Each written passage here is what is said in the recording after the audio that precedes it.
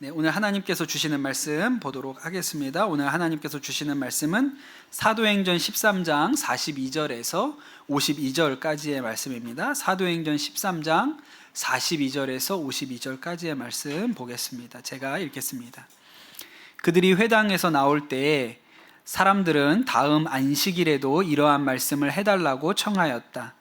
회중이 흩어진 뒤에도 유대 사람들과 경건한 개종자들이 바울과 바나바를 많이 따랐다. 바울과 바나바는 그들에게 말을 걸면서 늘 하나님의 은혜에 머물러 있으라고 권하였다.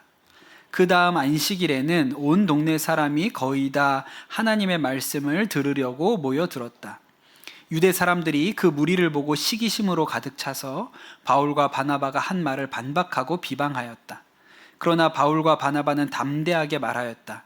우리는 하나님의 말씀을 당신들에게 먼저 전해야 하였습니다. 그러나 지금 당신들이 그것을 배척하고 영원한 생명을 얻기에 합당하지 못한 사람으로 스스로 판정함으로 우리는 이제 이방 사람들에게로 갑니다. 주님께서 우리에게 명하시기를 내가 너를 문 민족의 빛으로 삼았으니 그것은 내가 땅 끝까지 구원을 이루게 하려는 것이다 하셨습니다. 이방 사람들은 이 말을 듣고 기뻐하며 주님의 말씀을 찬양하였고 영원한 생명을 얻도록 정하신 사람은 모두 믿게 되었다. 이렇게 해서 주님의 말씀이 그 온 지방에 퍼져나갔다. 그러나 유대 사람들은 경건한 귀부인들과 그 성의 지도층 인사들을 선동해서 바울과 바나바를 박해하게 하였고 그들을 그 지방에서 내쫓았다. 그래서 바울과 바나바는 그들에게 발에 먼지를 떨어버리고 이고니온으로 갔다. 제자들은 기쁨과 성령으로 가득 차 있었다. 아멘. 하나님의 말씀입니다. 오늘 복된 찬양 해주셔서 너무 감사드리고, 지난주에 맥주감사절에 찬양축제 있었는데 우리 성도들이 다 이렇게 함께 참여해 주셔서 너무 행복하고 복된 시간이었던 것 같습니다. 올해 찬양축제에 참여를 안 하신 속회들도 있는데 아마 이렇게 보시면서 내년엔 꼭 나가야지 뭐 이런 생각도 하시지 않았을까 싶기도 합니다. 애써서 준비해 주신 모든 분들께 감사를 드립니다. 말씀을 들어가겠습니다. 박경철이라는 분이 계세요. 우리나라에서는 시골 의사라는 필명으로 알려져 있기도 하고요. 실제로도 외과 의사시죠. 그리고 투자자로도 많이 알려져 있습니다. 요새는 잘 활동을 안 하시는 것 같기는 한데, 이분이 오래전에 대학에서 하셨던 강의가 이렇게 아주 재미있는 강의로 소문이 나 있습니다. 이런 얘기가 있어요. 1993년 이야기입니다. 이분이 외과 의사로 아주 바쁘게 지내고 계실 때 서울의 한 경제연구소에 다니는 친구가 전화를 했다는 거예요. 우리 연구소에 어떤 분이 오셔가지고 강연을 하시는데, 이분이 프랑스에서 유학한 아주 똑똑한 사람이라고, 그분이 와가지고 이 미래가 어떻게 바뀔지 이런 거에 대해서 얘기해주는 강연을 할 거라고 그렇게 얘기를 했다는 거예요. 그리고 너 이거 와서 안 들으면 평생 후회한다 이렇게 얘기를 했다는 거예요. 뭐 솔깃하기는 한데 병원 일이 너무 바빠서 이거를 어떻게 갈 수 있을까 고민을 했는데, 하도 그렇게 친구가 권하니까 그럼 한번 가봐야지 그렇게 생각을 했습니다. 그런데 대한민국 남자는 그런데 혼자 못 가거든요. 그래가지고 누굴 어떻게 할까, 누굴 데리고 갈까 그러다가 자기 동네에 미국에서 유학하고 와가지고 백수로 지내고 있는 친구가 하나 있어가지고 전화해서 나랑 같이 뭐 이런 게 있는데 같이 갈래냐 그렇게 물어본 거죠. 근데 여러분, 백수는요 전화만 와도 기쁩니다. 누가 그냥 전화만 해줘도 마음이 설레고 떨리잖아요. 그래서 무슨 강연인지는 물어보지도 않고 간다. 난 무조건 시간 돼. 그래 간다. 그렇게 얘기를 했다는 거예요. 강연장에 갔는데 뭐 유명한 경제 연구소라서 아주 뭐 우리나라에서 그래도 똑똑하다는 분들, 그런 분들이 다 양복 입고 그 자리에 앉아 계신 거예요. 그런데 강사가 나왔는데 찢어진 청바지를 입고 티셔츠에 UCLA라고 큼지막하게 써있는 그 티셔츠를 입고 야구 모자를 쓴 젊은 사람이 강의를 하겠다고 강단에 올라왔어요. 그러니까 사람들이 말은 안 했지만 무슨 생각을 했냐면, 뭐야 저게, 모욕감을 느꼈다, 그런 느낌이었다고 그렇게 얘기를 합니다. 그분이 다음에 창업자세요. 강의를 하신 분이. 근데 한 10분 정도 강의를 하셨는데 저 뒤에서부터 사람들이 다 나가는 거예요. 한 10분 들어보니까 말도 안 되는, 말 같지도 않은 얘기를 하고 있으니 이런 거 시간 낭비할 필요가 뭐가 있나. 그러고 다 나간 거예요. 못 나가는 사람은 맨 앞줄에 앉은 사람들만 괜히 앞에 앉아가지고 뭐 대단한 일인 줄 알고 앞에 앉아가지고 그분들 못 나가고, 또 저 이거 듣겠다고 저 멀리서 친구까지 데리고 지방에서 올라온 이 박경철 씨랑 그 친구만 못 나가고 이렇게 앉아있고 다 나가버렸대요. 왜냐하면 그분이 했던 강의가 뭐냐면, 칠판에다가 WWW 3개를 써놓고 이제 앞으로 머지않아 W의 세상이 온다. W 안에 우체국도 들어가고 은행도 있고 증권사도 있고 돈도 전쟁도 무기도 사람들이 소통하는 모든 일을 다 W 안에서 하는 세상이 온다. 그렇게 얘기를 했다는 거예요. 인터넷 얘기를 하는 거죠. 근데 93년에는요 정신 나간 소리예요. 말 같지도 않은 얘기를 하고 있으니 그걸 듣고 있었던 사람들이 다 나가버렸습니다. 그리고 다 끝난 다음에 끝까지 박경철 씨가 그 강의를 듣고 끝까지 앉아있다가 자기를 초대한 친구한테 가가지고, 야 내가 얼마나 바쁜데 이까진 얘기 들으려고 여기까지 왔는데 이게 뭐냐 그랬더니 친구가, 아 미안해, 나도 이럴 줄은 몰랐어, 나도 좋은 얘기인 줄 알았는데 이런 건 줄은 몰랐어, 그걸 미안하다고 그랬다는 거예요. 그래서 이제 밥이나 먹으러 가자 그랬는데, 그 따라온 백수 친구가 있잖아요. 그 백수 친구가, 야 경철아 나 10만 원만 빌려줘 그러더라는 거예요. 왜? 그랬더니 나 저 W를 만나야겠어 그러더라는 거예요. 그래서 야 쓸데없는, 야 그 뭐 아무 뭐 얘기 들을 것도 없는데 거기를 따라가냐, 그냥 우리랑 가가지고 밥 먹고 내려가자 그랬더니 아니야 나 10만 원만 줘. 그래서 그 10만 원을 받아가지고 그 W를 쫓아서 내려갔습니다. W가 이 차를 타고 떠나려고 하는데 문을 딱 잡고, 선생님 저는 W를 믿습니다. 저를 W의 세상으로 인도해 주십시오. 그리고 그분을 못 가게 붙들어 놓고 저녁을 사드리고 새벽까지 얘기를 들었다는 거예요. 그리고 이 백수가 돌아와가지고 다시 이 박 선생님한테, 박경철 선생님한테 전화해서, 야 너 의사니까 월급 많이 받지, 너 돈 얼마 받냐, 나한테 돈 좀 빌려줘. 그래서 700만 원을 빌려가서 자본금 700만 원짜리 사업을 시작합니다. 그 사업이 우리나라 최초의 상업 이메일 서비스예요. 나중에 이 회사가 지금은 없어졌지만 나중에 이 회사가 다른 외국계 회사에 팔렸는데 600억에 팔렸습니다. 700만 원 가지고 시작한 회사가 600억에 팔린 거죠. 그 친구가 그때는 자기한테 10만 원 빌려가고, 나중에 700만 원 빌려간 친구가 나중에는 그 600억의 회사를 매각하는 그런 엄청난 기업가가 된 거예요. 여러분 오늘 갑자기 목사님이 오늘은 돈 버는 얘기를 좀 하실 모양인데 귀가 번뜩이는 분들 계시죠? 아닙니다. 여러분 그렇게 돈 벌 기회가 있으면 제가 벌지 왜 여러분에게 제가 알려주겠습니까? 오늘 제가 왜 이 얘기를 드리냐면, 똑같은 일이 오늘 이 자리에서도 일어난다는 거예요. 똑같은 일이요. 우리 청소년들 요 앞에 있는데, 여러분 학교 교실에 다 같이 앉아 있잖아요. 교실에 뭐 한 20명 30명이 같이 앉아서 수업을 듣지 않습니까? 그냥 우리는 학교 다닐 때는 다 똑같이 교실에 앉아 있는다고 생각해요. 근데 여러분 똑같이 앉아 있는 게 아니에요. 그 수업을 듣는 사람도 있고요, 안 듣는 사람도 있는 거예요. 그게 학교의 교실에 모여 있을 때는 큰 차이가 없는 것처럼 보입니다. 그냥 앉아 있으니까, 그 자리에 모여서 앉아 있으니까 누가 공부를 하는지 누가 공부를 안 하는지도 몰라요. 그런데 그 선생님의 말이 귀로 들어오는 사람이 있고요, 한 귀로 들어와서 반대쪽으로 나가는 사람도 있는 거예요. 그런데 나중에 결과는 완전히 다르죠. 달라요. 마찬가지입니다. 여러분 오늘 우리가 이 예배 자리에 앉아 있잖아요. 다 똑같이 앉아 있어요. 같은 공간에 같이 앉아 있습니다. 그런데 여러분 모두에게 같은 일이 벌어지지는 않습니다. 오늘 이 자리에서 돈보다 귀한 영생을 얻어서 돌아가는 분도 있고요, 어떤 사람은 아무것도 얻지 못하고, 야 오늘도 그냥 1시간 시간 낭비했다, 에휴 내가 아내 비유 맞춰주느냐고 오늘 1시간 시간 낭비했다, 그러고 돌아가는 분도 있는 거예요. 제가 늘 하는 얘기가 있죠. 저는 여름 겨울이면 청소년들 이렇게 수련회 하는 일에 이곳저곳 가가지고 말씀 전하는 일이 많이 있었습니다. 그런데 제가 여러 번 이 교회 저 교회 집회를 해봤지만 공통점이 하나 있는데, 모든 사람이 다 같이 은혜 받는 집회는 없어요. 한 번도 없었어요. 늘 가서 말씀을 전해보면 우리 성도들은 되게 예의가 바르셔서 안 들어도 경청하는 자세를 취하고 계세요. 예, 그 누가 듣는지 안 듣는지 잘 모르고 다 대체로 경청하는 자세를 취하고 있거든요. 그러나 청소년들은 예의가 없습니다. 경청하는 자세를 취해줘야겠다는 마음가짐이 없어요. 그래서 듣기 싫은 아이들은, 말씀을 들을 마음이 없는 아이들은 딱 판들장을 끼고, 허리가 고장난 사람처럼 이렇게 반쯤 들어 넣어가지고, 너는 떠들어라.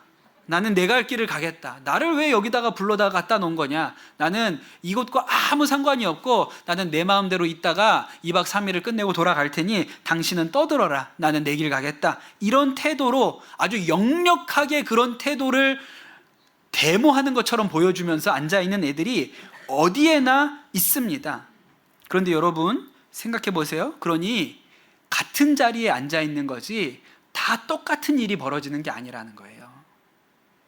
오늘 우리가 읽은 말씀이 꼭 그와 같은 현실을 보여줍니다. 바울과 바나바가 키프로스에 가서 사역을 했죠. 거기서 서기오 바울이라는 그 총독을 이제 회심시키기도 했고요.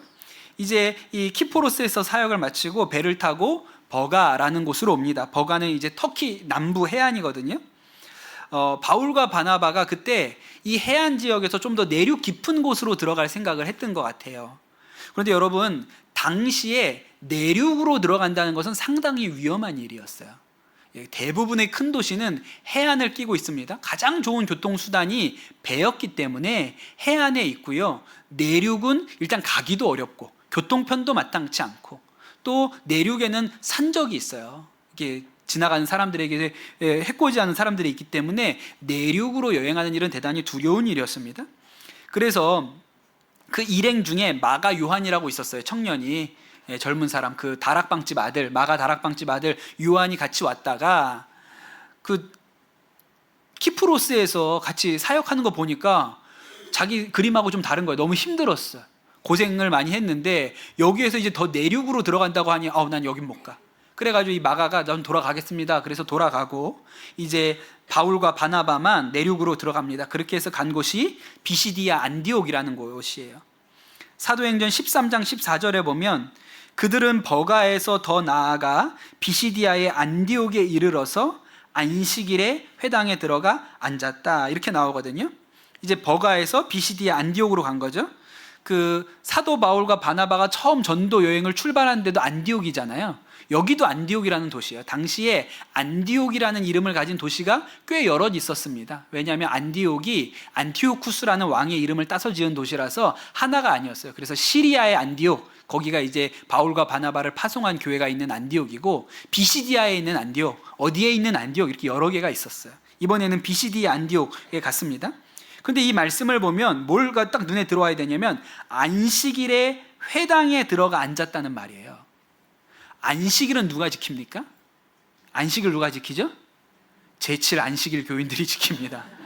우리는 주일을 지키고 제7 안식일 교인들은 안식일을 지키죠. 그런데 그거 왜 지키냐면 유대인들이 안식일을 지켰잖아요. 토요일에 쉬었다고요, 유대인들이. 그런데 이 안식일에 회당에 들어가 앉았다 그랬어요. 회당은 마을 회관을 의미하는 게 아니에요. 회당이 뭐예요? 유대인들의 예배 처소를 회당이라고 하는 겁니다. 그러니 바울과 바나바가 이방인들을 전도하러 전도 여행을 떠났는데 어느 도시에 도착하면 제일 먼저 가는 데는 회당이에요. 유대인들의 공동체, 유대인들의 모임, 안식일에 모이는 그 모임에 가서 먼저 전도를 하는 거죠. 이제 바울이 그 비시디아 안디옥 회당에서 설교를 합니다. 그 설교가 사도행전 13장 16절에서 41절까지 길게 나와 있어요. 어떻게 시작을 하냐면 이렇게 시작합니다. 이스라엘 동포 여러분, 이렇게 시작해요. 그리고 하나님을 두려워하는 사람들이요, 내 말을 들으시오, 이렇게 설교를 시작합니다. 그 말은 지금 이 바울 앞에 앉아 있는 회중이 대부분 유대인이라는 말이죠. 이스라엘 동포들, 유대인들이라는 뜻이에요. 그런데 그 뒤에 뭐라고 얘기했냐면 하나님을 두려워하는 사람들이요 하잖아요. 그러니까 가끔 이방인이 있는 거예요. 유대인들이 대부분 모였는데 그 가끔 유대인은 아니지만 그래도 하나님을 경외하는 사람들이 드문드문 앉아 있는 거예요. 그런 사람들 앞에서 복음을 전했습니다. 어떻게 설교를 했냐? 읽어보면 긴데, 이스라엘 백성들이 이집트에서 종살이 한 것부터 시작해서 그들이 출애굽을 했고, 그래서 가나안 땅에 들어와서 사사들의 시대가 있었고, 사무엘이 등장하고 사울 왕을 세우고 다윗 왕이 서고, 그 다음에 나중에 세례 요한이 와서 이제 그리스도가 오실 것이다 예언하고, 그래서 예수님이 오셨고, 그 예수님이 이 땅에 오셔서 사역하시다가 죽으셨는데 부활하셔서 선지자들에게 약속한 약속이 이루어졌다. 그 예수님을 믿으면 우리의 모든 죄가 용서된다. 우리를 의롭게 하셨다. 이런 설교 내용을 쭉 합니다. 아주 전형적으로 유대인을 대상으로 한 설교예요. 왜냐하면 이방인은 다윗이 누군지 사울이 누군지 출애굽이 뭔지 모르거든요. 그러니까 이렇게 설교하는 것은 완전히 이방인들을 대상으로 한 설교가 아니고 유대인들을 놓고 하는 설교예요. 그런데 이 말씀을 듣고 나서 그 말씀을 들은 회중들의 반응이 열광적이었습니다. 성경에 뭐라고 나왔냐면, 거기에 모여 있었던 유대인들이 다음 안식일에도 또 똑같은 말씀을 전해달라고 했어요. 제가 볼 때 설교하고 앵콜 받은 유일한 사람이에요. 설교했는데 또 해주세요. 그 똑같은 말씀을 또 해주세요. 이렇게 한 거예요. 너무 좋은 반응 아닙니까? 그런데 그리고 또 그 말씀이 끝난 후에 유대인들 중에 또 이방인들 중에 일주일을 더 기다릴 수가 없다. 그래가지고 이 바울을 쫓아다니면서, 바나바를 쫓아다니면서 더 말씀해 주세요. 그렇게 사람들이 따라다녔다고 성경이 기록하고 있어요. 그리고 일주일이 지났습니다. 다시 안식일이 됐죠. 그날은 소문이 퍼져가지고 온 동네, 그 비시디아 안디옥에 있는 사람들이 다 나온 거예요. 그런데 그렇게 사람들이 열광적이고 바울과 바나바가 전해주는 하나님의 말씀을 듣기를 원했는데, 그 자리에도 반쯤 들어누워가지고 팔짱 끼고 눈도 안 뜨고 뭐야 저 사람들은, 이러면서 말씀을 듣는 둥 마는 둥 하는 사람이 있었다는 거예요. 어디나 있다니까요. 받아들이지 않은 거죠. 그 하나님의 말씀을 들을 생각이 없는 거예요. 그냥 안 듣는 정도가 아니고 그들이 일어나서 바울과 바나바가 하는 말에 대하여 반박하고 비방하는 사람들이 있었어요. 여러분, 다른 사람들은 이 복음을 듣고 다 좋다고 다음 주에 또 와서 해달라고 열광하는데, 어떤 사람들은 그 말씀을 듣지도 않고 도리어 비방합니다. 왜 그랬을까요? 제가 볼 때 성경에 두 가지 이유가 있다고 싶어요. 표면적인 이유가 하나 있고요, 하나는 내적인 이유가 하나 있습니다. 첫 번째로 표면적인 이유는 그들이 유대인이기 때문에 그래요. 물론 이 복음을 받아들인 유대인들도 있었어요. 예수님을 믿은 유대인들도 있었습니다. 그런데 누가 이 복음을 받아들이지 않고 비방했냐면, 유대인들 중에서도 율법을 많이 아는 사람, 정통한 사람, 많이 배운 사람, 선생이라고 불리는 사람들은 받아들이지 않았어요. 왜 그랬을까요? 저거 다 우리 아는 얘기 아니야? 이렇게 생각했으니까요. 우리도 다 유대인인데 뭐 다 아는 얘기인데, 이렇게 생각한 거예요. 이런 경우가 있죠. 누가 너 설악산 가봤어? 설악산이 어때? 이렇게 물어볼 수가 있잖아요. 너 설악산 어떤 데인 줄 알아? 그러면 누가 대답을 합니다. 나 알지. 나 가봤어. 나 고등학교 때 수학여행 설악산 갔잖아. 설악산 가봐야 별거 없어. 그냥 공원 있고 거기에 이렇게 반달곰 동상 하나 서 있고 있잖아. 거기 케이블카 있는데 그것도 한 10분이면 올라가. 금방 올라갔다 금방 내려와. 볼 거 없어. 이렇게 얘기하는 사람이 있어요.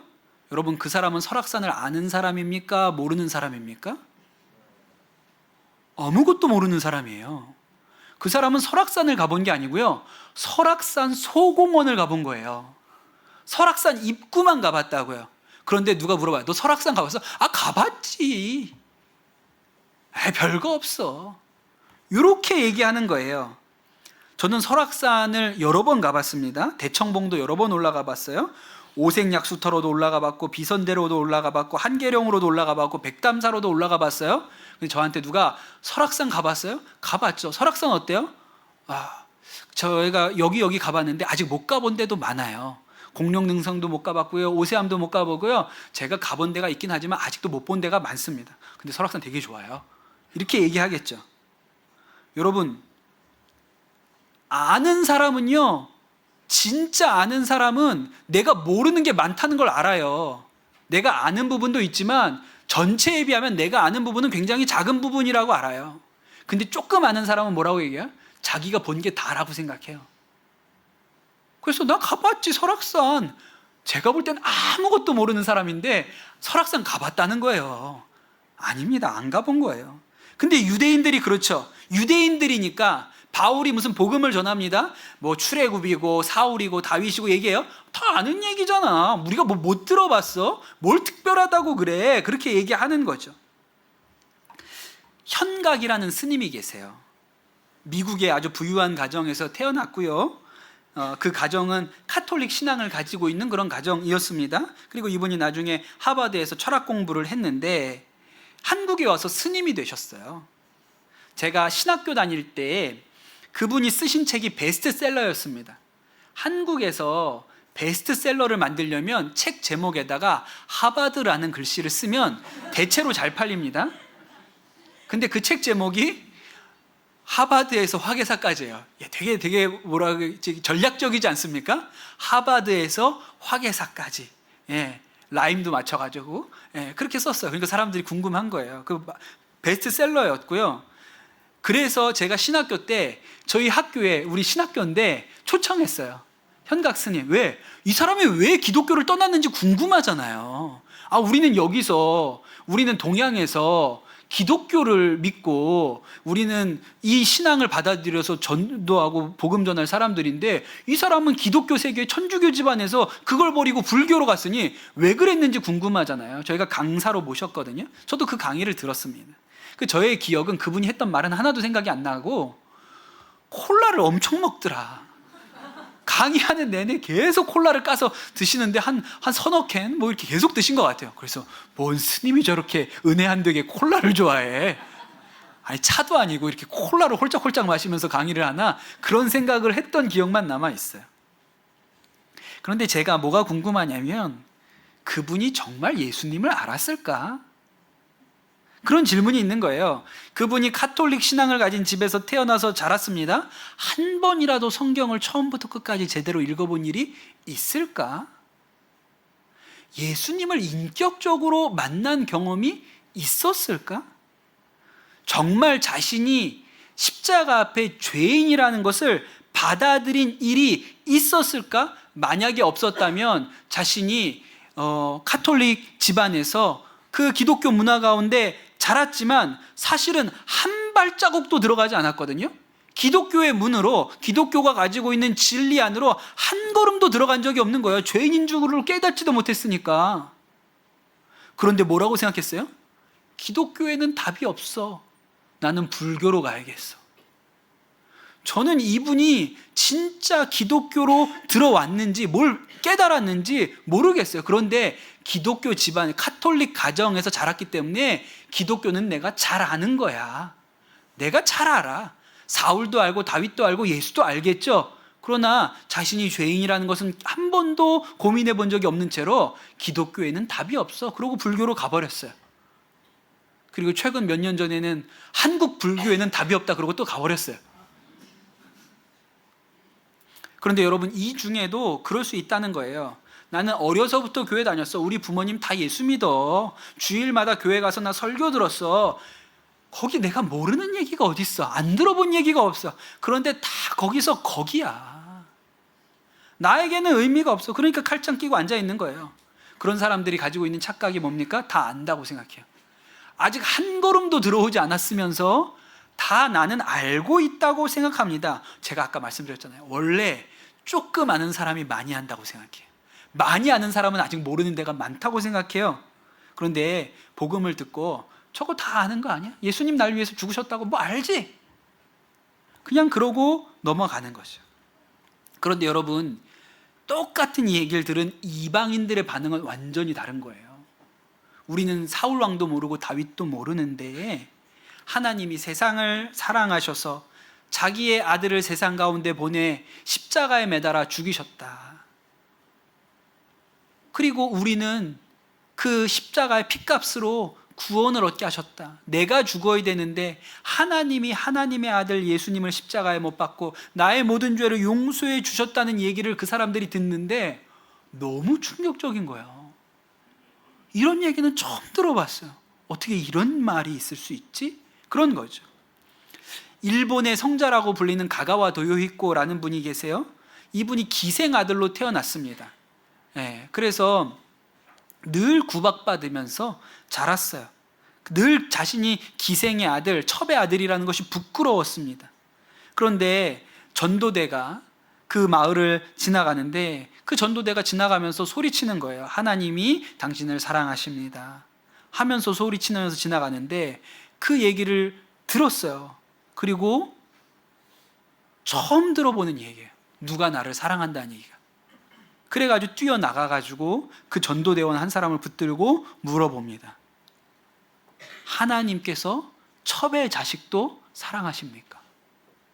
근데 이 전도자가 맞습니다. 하나님은 첩의 자식도 사랑합니다. 예수님을 믿으면 첩의 아들도 하나님의 아들이 될 수 있습니다.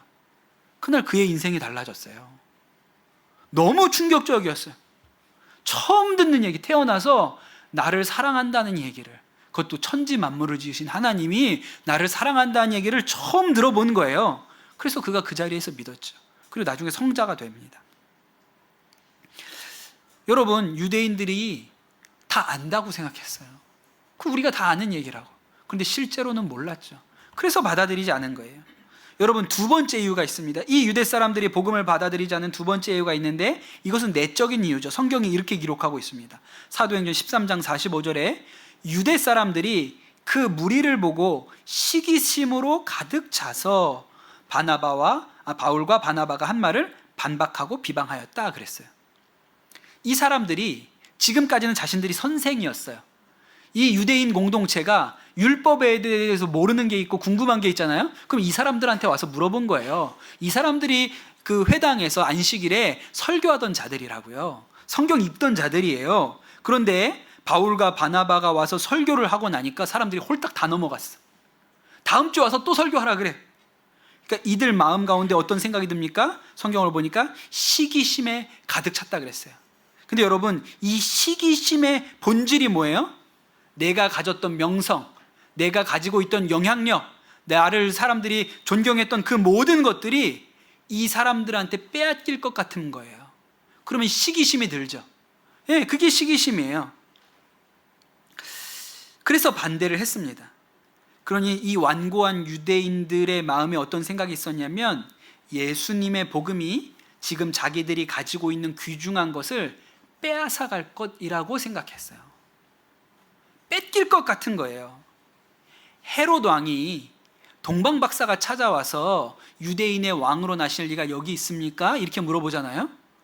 야, 그리스도가, 구원자가, 메시아가 이 땅에 온다는 이 소식을 동방 박사들로부터 들은 거예요. 그런데 기뻤을까요? 두려웠어요. 내 왕위가 없어진다는 뜻이야? 내가 그렇게 기를 쓰고 얻었던 이 왕의 자리가 다른 사람한테 넘어간다는 의미야? 그래가지고 동방 박사들을 보내고 베들레헴에서 태어난 모든 아기들을 다 죽이라, 그렇게 명령하죠. 헤롯은 예수님이, 구원자, 이 십자가의 복음이 자신이 가장 소중하게 여기는 것을 뺏어갈 것이라고 생각했어요. 거라사라는 동네가 있습니다. 예수님이 그 거라사라는 동네에 가셨는데 이 거라사 주민들이 예수님이 오셨는데 저희 마을엔 들어오지 마십시오. 예수님 여기서 떠나주세요. 저희는 당신이 우리 마을에 오는 것을 원치 않습니다. 이래서 예수님 못 들어오게 하고 예수님을 돌려보냅니다. 그런 동네가 없어요. 근데 여러분, 이 동네 사람들은 왜 예수님을 맞아들이지 않았을까요? 자기들이 치던 돼지가 다 죽었거든요. 자기들이 거기에서 돼지 치면서 살았는데 예수님 때문에 그 돼지들이 다 강물에 뛰어들어서 죽는 일이 일어났어요. 그게 너무 아까운 거예요. 그래서 예수님한테 들어오지 말라. 당신 들어오면 더 큰 일이 생길지도 모르니까 우리가 돼지 이런 것도 너무 아까운데 당신까지 우리 마을에 들어오면 더 무서운 일이 생길지 모르니 들어오지 말라고, 가라고. 그래서 예수님이 그 마을에 들어가지 않았습니다. 뺏길 거라고 생각한 거죠. 부자 청년이 마음에 갈급함이 있어서 예수님을 찾아왔어요. 예수님, 어떻게 해야 내가 영생을 얻겠습니까? 라고 물어봤습니다. 예수님이 계명을 지켜라. 그거 다 지켰는데요. 예수님이 너무 귀하고 사랑스럽게 이 청년을 여기셨죠. 그리고 나서 얘기하셨어요. 내 것을 팔아서 가난한 사람들에게 나눠주고 나를 따라와라. 그랬더니 청년이 덜컥 겁이 났습니다. 그 전까지는 저 예수님을 만나면 뭔가를 얻어갈 수 있을 것 같아. 내 인생의 근본적인 답을 얻을 수 있을 것 같아. 이런 마음으로 왔거든요. 근데 그 말을 딱 듣는 순간 빼앗기겠구나. 내가 귀중하게 여기는 것을 놓치겠구나. 그런 두려움이 든 거예요. 그런데 예수님이 이 청년한테 그렇게 얘기하지 않으셨거든요. 뭐라고 얘기하셨냐면 내 소유를 가난한 자들에게 나눠주라. 그리하면 하늘에서 보화가 내게 있으리라. 이렇게 얘기했어요. 뒤엔 얘기는 안 들린 거예요. 가난한 사람들한테 나눠주라. 빼앗기겠구나. 요 생각만 든 거예요. 근데 뒤에 보면 그러면 하늘 보화가 채워질 거다. 네가 지금 가지고 있는 것과 비교할 수 없이 좋은 것이 너에게 채워질 거야. 그렇게 얘기했는데 뒤엔 얘기는 안 드렸죠. 그래서 이 청년이 예수님을 만나고 구원을, 영원한 생명을 눈앞에 놓고 돌아가 버려요.